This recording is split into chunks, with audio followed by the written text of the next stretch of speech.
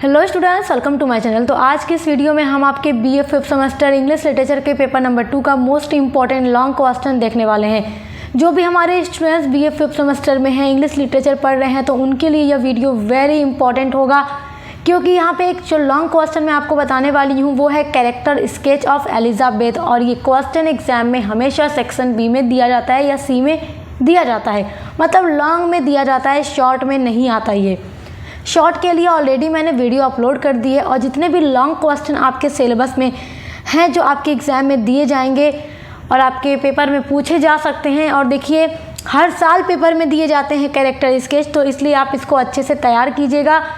Elizabeth जो है जेन ऑस्टेन की नावल प्राइड एंड प्रेजुडिस में एक मेन कैरेक्टर है, उस नावल की हीरोइन है, और इसलिए इसका कैरेक्टर स्केच वेरी इंपॉर्टेंट है। तो आज के इस वीडियो में हम इसी का कैरेक्टर स्केच पूरा डिटेल में देखने वाले हैं। नोट्स भी मैं आपको दूंगी ताकि आप एग्जाम में अपना लॉन्ग आंसर इजीली लिख सकें। हेडिंग बाय हेडिंग ही आपको कैरेक्टर स्केच लिखना होगा, याद रखिएगा। इसके अलावा भी जितने लॉन्ग क्वेश्चन हैं सब पर मैं सेपरेट वीडियो अपलोड करती हूँ, मतलब 1 से 2 क्वेश्चन ही मैं लॉन्ग वीडियो में लाती हूँ ताकि आप लोग ईजिली उसको तैयार कर सकें। तो चलिए देखते हैं कैरेक्टर स्केच वाला जो क्वेश्चन होता है, ऐसे ही पेपर में दिया जाता है, give the character sketch of Elizabeth. तो एलिजाबेथ बेनेट जो है उसका कैरेक्टर स्केच में सबसे पहले आपको इंट्रोडक्शन लिखना होगा। इंट्रोडक्शन में आपको लिखना है कि मतलब इसको इंट्रोड्यूस कीजिए आप। आफ्टर रीडिंग द नावल को पढ़ने के बाद pride and prejudice by Jane Austen, मतलब प्राइड एंड प्रेजुडिस नावल को पढ़ने के बाद जिसको लिखा है जेन ऑस्टेन ने। It may be easily said, ये आसानी से कहा जा सकता है, दैट कि Elizabeth Bennet is the heroine of the novel, जो एलिजाबेथ बेनेट है वो हीरोइन है इस नावल की। She is second daughter of mister and Mrs Bennett, ये दूसरी बेटी है मिस्टर एंड मिसेस बेनेट की। 5 बेटियां थी इनकी, और 5 बेटियों में जो दूसरी सबसे बड़ी बेटी है वो एलिजाबेथ बेनेट है। She is younger to Jane, ये जेन से छोटी है। Who is not only her elder sister, Jane जो है इसकी सिर्फ बड़ी बहन नहीं है but also her great friend, और उसकी एक महान अच्छी दोस्त है, एंड कॉम्पेनियन, और उसकी साथी है। जेन और एलिजाबेथ दोनों बहनें भी हैं, बेस्ट फ्रेंड भी हैं, और एक दूसरे का हर मोड़ पर साथ भी देती हैं। The other 3 sisters are younger to her, जो अदर 3 सिस्टर्स हैं कैथरीन, मैरी और लीडिया, ये सब एलिजाबेथ से छोटी हैं।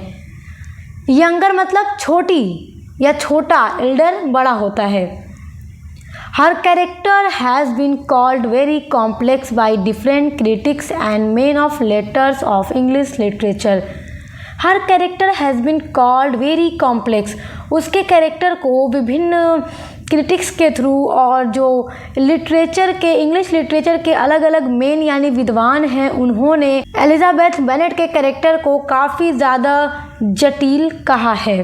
तो इंट्रोडक्शन में आपको ऐसे ही लिखना होगा अपने आंसर में। आपकी सेकेंड हेडिंग होगी कैरेक्टर स्केच में हर पर्सनालिटी, उसकी पर्सनालिटी के बारे में आपको लिखना है कि इसकी पर्सनालिटी कैसी है। आपने नावल पढ़ा है तो आपको पता है, नावल मैं पढ़ा चुकी हूँ, और नावल से जितना भी इम्पॉर्टेंट शॉर्ट क्वेश्चन आंसर है वो ऑलरेडी मैंने अपलोड कर दिया है। आपके सिलेबस में 8 यूनिट्स हैं, और 8 यूनिट्स पर मैंने 8 वीडियोज़ शॉर्ट क्वेश्चन आंसर की अपलोड की है, हर यूनिट से अलग अलग वीडियोज़। तो आप प्लेलिस्ट में पढ़ लीजिएगा, आपको पेपर 1 में भी मिलेगा, पेपर 2 में भी मिल जाएगा। तो हर पर्सनालिटी में आप लिखेंगे Elizabeth is the second daughter of the Bennets, Elizabeth दूसरी बेटी है बेनेट्स की। इन ब्यूटी, सुंदरता में, she is inferior only to Jane, वो केवल जेन से ही हीन है, मतलब इन्फीरियर मतलब हीन है, मतलब जेन जो है सबसे बड़ी बहन है 5 बहनों में और सबसे ज़्यादा खूबसूरत है। उसके बाद एलिजाबेथ है। Her physical charm is not striking, उसका जो शारीरिक आकर्षण है वो आकर्षक नहीं है, मतलब जेन की तरफ अपनी तरफ अट्रैक्ट करने वाला नहीं है इसका physical charm. Elizabeth is less beautiful than Jane, Elizabeth less beautiful यानी कम सुंदर है दैन जेन, जेन से, जेन बड़ी बहन है तो एलिजाबेथ उससे कम सुंदर है। Her father and mother had different opinion regarding their daughter Elizabeth, her father and mother उसके पिता और माँ हैड डिफरेंट ओपिनियन, मतलब उसके माता पिता के पास अलग ओपिनियन है regarding their daughter Elizabeth. Regarding मतलब होता है के बारे में, देयर डॉटर, उनकी बेटी एलिज़ाबेथ के बारे में उनके जो ख़यालात हैं वो थोड़ा डिफरेंट हैं, अलग हैं अपनी पाँचों बेटियों में से। Mister Bennet held a very high opinion for her and called her the most intelligent and impressive among his 5 daughters. Mister Bennet held a very high opinion, तो मिस्टर बेनेट जो हैं बहुत उच्च राय रखते हैं उसके बारे में, अपनी बेटी एलिज़ाबेथ के बारे में। एंड कॉल, और वो ये भी कहते हैं the most intelligent and impressive, और सबसे ज़्यादा बुद्धिमान और प्रभावशाली जो बेटी है उनकी वो एलिज़ाबेथ है। एमंग हिज 5 डॉटर्स, उनकी 5 बेटियों में से। मतलब इसके माता पिता भी अपनी इसके लिए थोड़ा अलग ओपिनियन रखते हैं कि पांचों बेटियों में सबसे ज़्यादा इंटेलिजेंट एंड इम्प्रेसिव एलिज़ाबेथ है, तो ये उसकी पर्सनालिटी है। थर्ड हेडिंग होगी आपकी द इंटेलिजेंस, मतलब उसकी बुद्धि के बारे में आपको लिखना होगा क्योंकि ये काफ़ी ज़्यादा इंटेलिजेंस भी थी। From the beginning to the end of pride and prejudice, from the beginning शुरुआत से लेकर एंड तक प्राइड एंड प्रेजुडिस में The quality of Elizabeth's wonderful intelligence impressed not only her own father and sisters but also all other male and female characters who had come in her contact throughout the story। देखो novel के start से लेकर end तक हमने देखा जो quality है Elizabeth की वंडरफुल है, बुद्धिमान है, इम्प्रेसिव है। Not only by her own father, सिर्फ उसके पिता के द्वारा ही नहीं ये बात कही जा रही, and not only by her sisters, और ये सिर्फ उसके सिस्टर्स के थ्रू नहीं कहा जा रहा, बट लेकिन also all other male and female characters, लेकिन इसके फैमिली के अलावा भी जितने male characters and female characters इस नावल में आए हैं, हु हैड कम, जो आए हैं इन हर कॉन्टेक्ट, उसके कॉन्टेक्ट में, उससे मिले हैं, उससे जुड़े हैं, through out the story, story के दौरान पूरी कहानी में जो उससे कैरेक्टर्स मिले हैं, चाहे वो डार्सी हो या फिर बिंगले हो, बिंगले की बहनें हों, या फिर विक्रम हो, उसके अंकल एंड आंटी जो थे गार्डिनर वो हो, सब ने देखा कि ये काफ़ी ज़्यादा इंटेलिजेंट लड़की है। इन द एंड, अंत में, इट इज़ डार्सी, वह डार्सी है who put his marriage proposal, जो रखता है अपनी शादी का प्रस्ताव before her when he was much impressed by her intelligence and other qualities. Novel के एंड में हमने देखा कि वो डार्सी ही है जो प्रपोज़ल रखता है, तो अपना जब प्रपोज़ल वो शादी के लिए एलिज़ाबेथ के सामने रखता है तो तब वो जान चुका था और उसकी बुद्धिमान, मतलब उसके इंटेलिजेंस को और उसकी अदर जो क्वालिटीज़ थी उन सभी से वो काफ़ी ज़्यादा इम्प्रेस हो चुका था। उसके बाद वो प्रपोज़ल रखता है शादी के लिए। आप लोगों ने देखा नॉवेल में डार्सी एंड एलिज़ाबेथ के लिए ही तो है प्राइड एंड प्रेजुडिस ये टाइटल, और काफ़ी इनमें बनती भी नहीं थी। एलिज़ाबेथ तो बहुत नफरत करती थी डार्सी से, लेकिन एंड में शादी हो जाती है, सारी मिसअंडरस्टैंडिंग जो थी वो ख़त्म हो जाती हैं। तो जब डार्सी को उसकी बुद्धिमानता के बारे में पता चलता है कि वो अच्छी लड़की है, उसके अंदर बहुत सारी क्वालिटीज़ हैं, तो वो शादी के लिए प्रपोज़ल रखता है उसके आगे। तो इंटेलिजेंस वाली हेडिंग में आपको ये पूरा डिस्क्राइब करना होगा अपने आंसर में। फोर्थ हेडिंग है हर अंडरस्टैंडिंग, उसकी समझ। देखो ये काफ़ी समझदार भी लड़की थी और ये लोगों को देख करके, उनका चेहरा देख करके ही लोगों को जज कर लेती थी, उनके बारे में समझ जाती थी ये इंसान कैसा है। After reading Jane Austen's Pride and Prejudice, आप जेन ऑस्टेन का नॉवेल प्राइड एंड प्रेजुडिस पढ़ने के बाद वी फाइंड, हमने पाया that Elizabeth possess the virtue and understanding in the highest degree.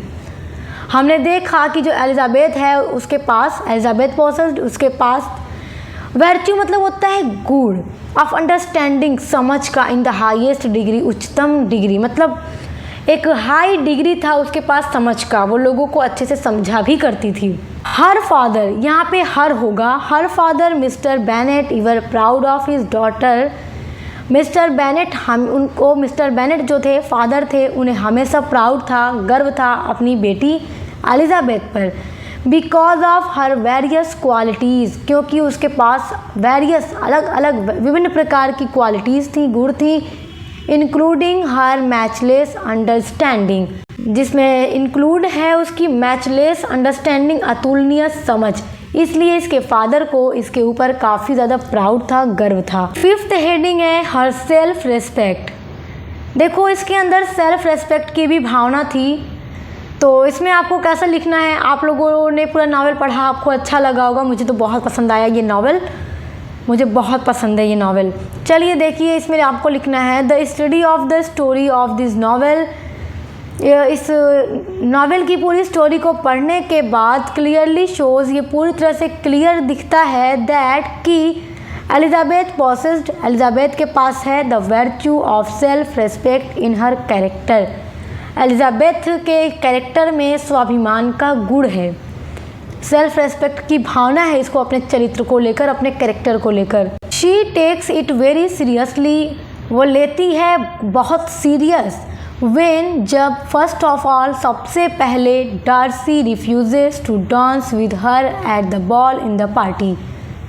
Darcy refuses यानी कि डार्सी मना कर देता है टू डांस विद हर, उसके साथ डांस करने के लिए एट द बॉल पार्टी। देखो बॉल पार्टी में जब डार्सी मना कर देता है एलिजाबेथ के साथ डांस करने पर, देखो जब बिंगले कह रहा था कि यार तुम बैठे क्यों हो, तुम भी डांस करो और एंजॉय करो पार्टी को, तो ऐसा करो तुम जेन की छोटी बहन एलिजाबेथ के साथ डांस करो, वो भी काफ़ी अच्छी दिखती है। तो उस पर डार्सी कहता है अपने दोस्त बिंगले से, नहीं यार कैसी बात कर रहे हो, वो तो उतनी कुछ खास खूबसूरत भी नहीं है कि मैं उसकी तरफ अट्रैक्ट हो सकूं। तो इसलिए वो मना कर देता है उसके साथ डांस करने पर। और ये बात एलिजाबेथ सुन लेती है कि वो मुझे ऐसे कह रहा है कि मैं उतनी खास खूबसूरत नहीं हूँ कि मैं उसको अपनी तरफ अट्रैक्ट कर सकूँ। ये बात एलिजाबेथ सुन लेती है और इसी बात को वो काफ़ी ज़्यादा सीरियस ले लेती है। She even dislikes him passing of unfavourable remark against her family. She even dislikes, वह हमेशा नापसंद करती है he is passing of unfavourable remarks, जो उसके अनफेवरेबल रिमार्क्स हैं, टिप्पणी हैं अगेंस्ट हर फैमिली, उसके फैमिली के लिए उसको भी वो हमेशा नापसंद करती है। मतलब डार्सी को वो किधर से भी, मतलब कहीं से भी वो डार्सी को पसंद नहीं करती है। हर बात को लेकर वो डार्सी से चिढ़ती थी और नफरत करती थी। सेकेंडली, और दूसरी बात ये थी उसके सेल्फ रेस्पेक्ट को लेकर, she does not like him, वो डार्सी को पसंद नहीं करती थी for poisoning Bingley's mind against her elder sister Jane. वो इसलिए पसंद नहीं करती थी डार्सी को, मतलब दूसरी वजह ये थी डार्सी से नफरत करने की कि जो पॉइजनिंग है बिंगले के दिमाग में उसकी बहन जेन के खिलाफ, वो भी डार्सी ने ही भरा है। जब जेन को लेटर मिलता है कि वो लोग बिंगले की पूरी फैमिली, डार्सी सब लंदन शिफ्ट हो रहे हैं, लंदन जा रहे हैं, तो तब ये बात एलिजाबेथ जब सुनती है तो उसको लगता है कि डार्सी ने ही बिंगले को भड़काया है कि वो मेरी बहन को छोड़कर उसकी बहन से शादी कर ले। तो इसलिए वो डार्सी से और ज़्यादा नफरत करने लगती है और ये सब उसकी सेल्फ रेस्पेक्ट है। It shows her self respect in an adequate measures, यह पर्याप्त मात्रा में उसके आत्मसम्मान को दर्शाता है। मतलब जितनी भी चीज़ें ये हो रही थी नॉवेल के अंदर, जितने भी इवेंट्स ये सब हो रहे थे, उसमें इसका डार्सी से नफरत करना, ये सोच करके कि इसने ही ऐसे किया होगा या किया है, तो कहीं ना कहीं ये उसके सेल्फ रिस्पेक्ट की भावना थी। आपकी जो 6 हेडिंग होगी वो होगी कॉन्क्लूज़न। देखो जब भी आप कैरेक्टर स्केच लिखते हैं, पूरा लिखने के बाद कॉन्क्लूज़न आपको लिखना ज़रूरी होता है, आपका निष्कर्ष हो जाता है ये। इन शॉर्ट में आप लिखें, Elizabeth is not only the heroine of pride and prejudice. Elizabeth सिर्फ हीरोइन ही नहीं है प्राइड एंड प्रेजुडिस की, बट लेकिन she is also the most impressive character among all the 5 sisters. जबकि वह अपने 5 बहनों में सबसे ज़्यादा इम्प्रेसिव कैरेक्टर भी है इस नावल में, और पूरी जो नावल है उसी के इर्द गिर्द घूमती रहती है क्योंकि यही मेन हीरोइन है। This fact is well realised by her father, और ये जो फैक्ट है इसके फादर मिस्टर बेनेट के थ्रू भी रियलाइज किया गया है कि उनकी बेटी एलिजाबेथ ही सबसे ज़्यादा इम्प्रेसिव है, इंटेलिजेंट है अपनी सभी सिस्टर्स में से। इट इज़ ओनली एलिजाबेथ, ये सिर्फ एलिजाबेथ ही है, हु विंस आवर हार्ट, जो जीतती है हमारा दिल। हु मतलब जो एलिजाबेथ के लिए यूज़ हो रहा है, विंस जीतती है, आवर हार्ट हमारा दिल, विद हर वर्च्यूज़ अपने गुणों से, एंड सेंसिबिलिटी और अपनी सेंसिबिलिटी से, विद हर सॉसी वीट और अपनी सौम्यता के साथ, मैनर्स और अपने मैनर्स से, परसेप्शन और अपने शिष्टाचार से, और अपने धारणा से, एंड वार्म हार्ट और अपने गर्म दिल से, स्पाउट स्पिरिट और दृढ़ आत्मा से, एंड गुड सेंस और अपनी अच्छी समझ से।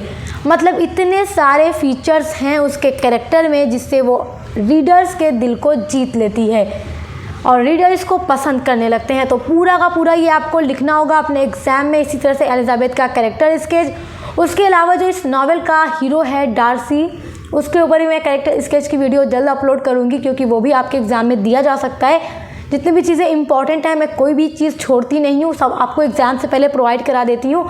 तो इसलिए अभी चैनल को सब्सक्राइब करके बेल आइकन को प्रेस कर लें ताकि आने वाली वीडियोस के नोटिफिकेशन आपको मिलते रहें। और दोस्तों के साथ शेयर करना मत भूलिएगा। अब मिलते हैं नेक्स्ट वीडियो के साथ।